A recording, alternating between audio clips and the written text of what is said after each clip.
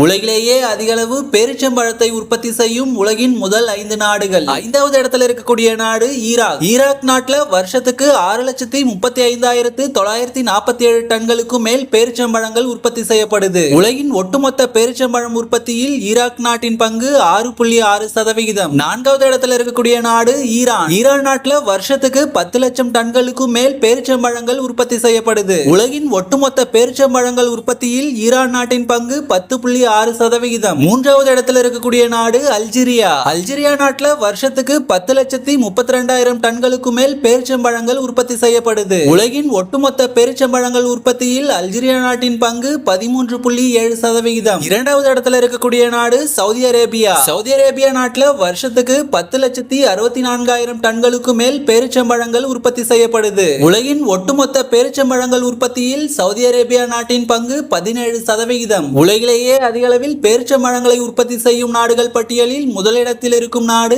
எகிப்து நாட்டுல வருஷத்துக்கு 10,87,000 டன்களுக்கு மேல் பேரிச்சம்பழங்கள் உற்பத்தி செய்யப்படுது. உலகின் ஒட்டுமொத்த பேரிச்சம்பழங்கள் உற்பத்தியில் எகிப்து நாட்டின் பங்கு 19.3%.